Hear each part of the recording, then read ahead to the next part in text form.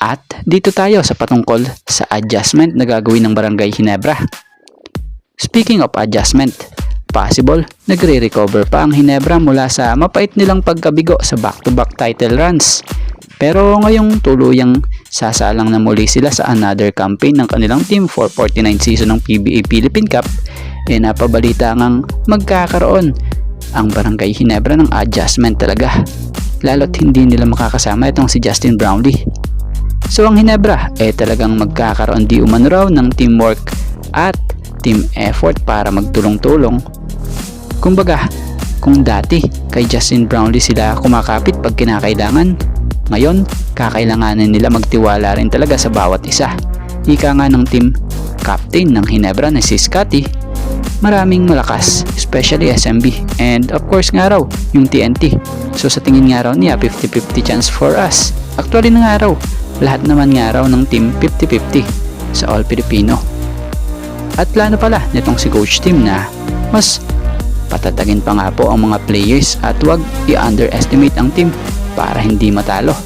So nais pa lang, maaga pa lang makakuha na ng maraming panalo ang Ginebra para pagdating sa playoffs, makuha nila yung bonus bilang twice to beat pagdating sa quarterfinals.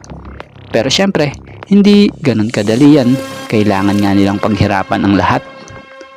So para kay Scotty nga, hindi ganun kadali para makarating sa pagkuha ng corona. Lalo't andyan yung mga powerhouse team like San Miguel and TNT.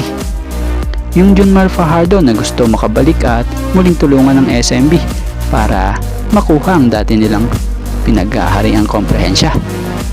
Yung TNT na tinatarget ang kanilang historic Grand Slam after sweeping 2 conference. So para kay Scotty, magiging masayang laban nga raw ito.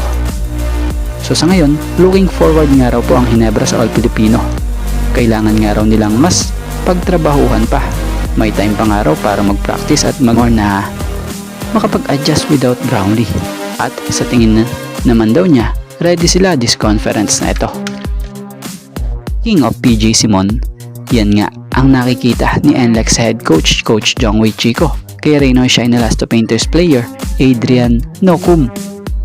Sa isang interview kay Coach Jong about sa kilalang one of this PBA great nga raw po, yes, actually nga raw Samboy.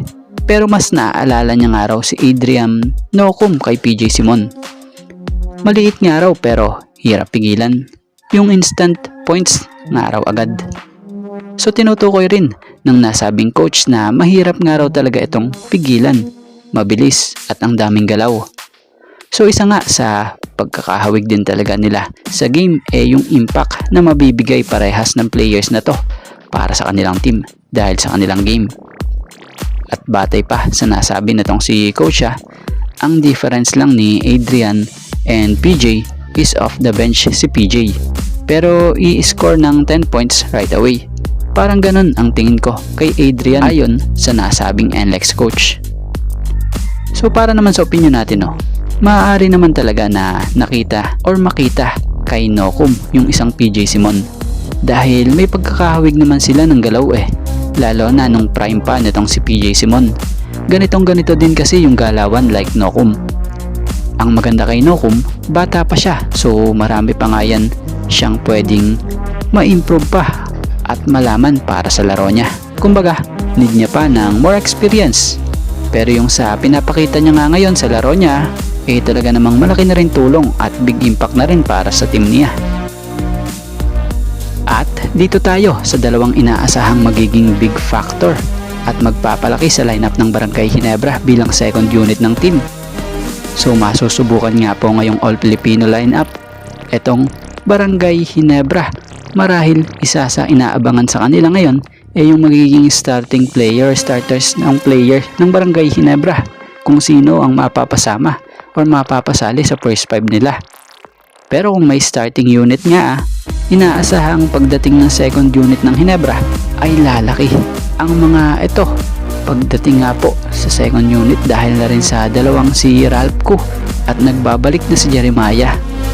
So inaasahang magiging big factor nga raw po si Gray and Co sa Barangay Ginebra dahil sila nga raw yung magbibigay lalim sa second unit ng team. So ang dalawang ito nga raw ay inaasahan pagdating sa wing ng team na siyang mga threat din pagdating sa outside shooting. So this All Filipino Cup, dito tayo makakakita possible ng mga rotation na hindi natin nakikita kapag may import.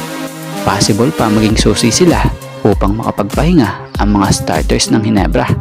So sana mas maging handa sila Ralph and Jeremiah Gray para nga mas makatulong sila sa Barangay Ginebra.